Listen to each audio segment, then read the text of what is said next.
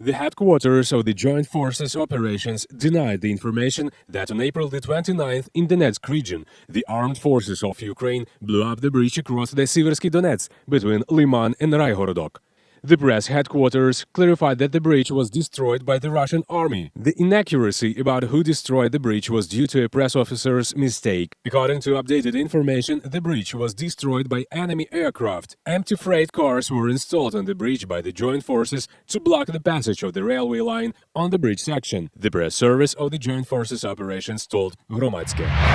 Last night, the Russian military shelled the city of Dobropilla in Donetsk region. The head of the Donetsk Regional Military Administration, Pavlo Kyrylenko, reported about it in the Telegram channel. As a result, 7 civilians were injured. Among them are 3 children, aged 7.5 and 7 respectively. One 49-year-old man received a traumatic brain injury and was taken for resuscitation to Dobropilla Hospital. The rest of the wounded are receiving outpatient treatment. The shelling damaged at least 6 houses and 1 non-residential building. Last night, the head of Luhansk Regional Military Administration, Serhiy Gaidai, announced the temporary suspension of the evacuation of civilians from Popasna. The decision came after the shelling of 2 buses with volunteers carrying humanitarian aid to the city on April the 29th. People disappeared from the first evacuation bus, and the second vehicle with humanitarian aid disappeared completely. An investigation is currently underway. Со слов одного из тех, кто находился в автобусе, в первом, то... According to one of those who was on the first bus, when they were going to collect people from Popasna, they were attacked by an enemy sabotage reconnaissance group that tried to shoot the bus and blow it up with a grenade launcher. The first shot passed by and the other one hit the back of the bus, which managed to escape. Several groups have already been sent there. We saw the bus, it was really shot. There was blood inside the bus, but there were no bodies. Значит, автобус увидели, автобус расстрелянный, действительно, внутри автобуса кровь, но тел нет.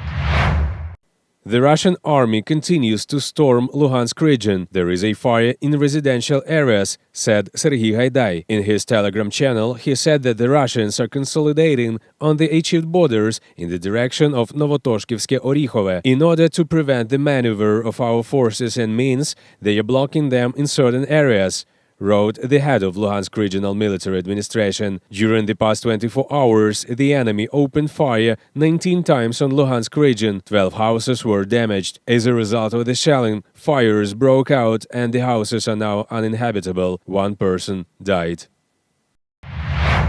Last night, the Russian army fired on a farm in the village of Vozdvizhivka, Polohiv district. This has been reported by the spokesman of Zaporizhia Regional Military Administration, Ivan Arefyev. The explosion killed domestic animals, damaged farm buildings and equipment. Currently, procedural actions are underway to open criminal proceedings under the article "Violation of the Laws and Customs of War," the spokesman said. This morning, the chairman of Mykolaiv Regional Military Administration, Vitaly Kim, reported about explosions in the area. The Russian military hit the warehouses with saltpeter. Occupiers are against Ukrainian fertilizers. The cloud is already white. We are checking the composition of the air, Kim wrote, and a few minutes later reported that the air was clean. Last night, Russian troops launched a missile strike on Odesa airport. This was reported in the OK South. As a result of a missile attack in Odesa region, the runway of the airport was damaged. Its further use is impossible, the statement reads. The enemy launched a missile strike from the temporarily occupied Crimea by the Bastion coastal missile complex. The runway of Odesa airport was destroyed. Thank God no one was hurt.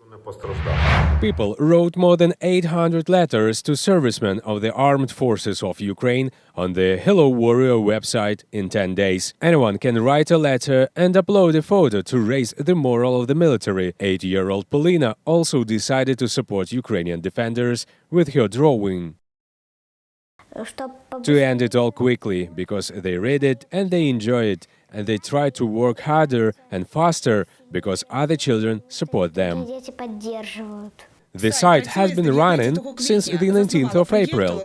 Alexandra Letova founded the project, now she is in Riga.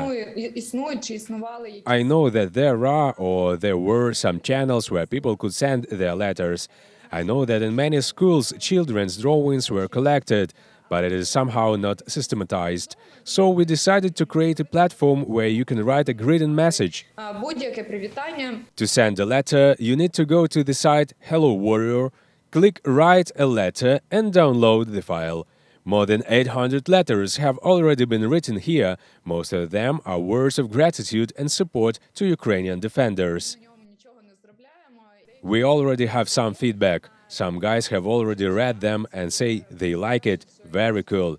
And those volunteers who have already printed it out and taken it to the front line also said that they had very nice feedback.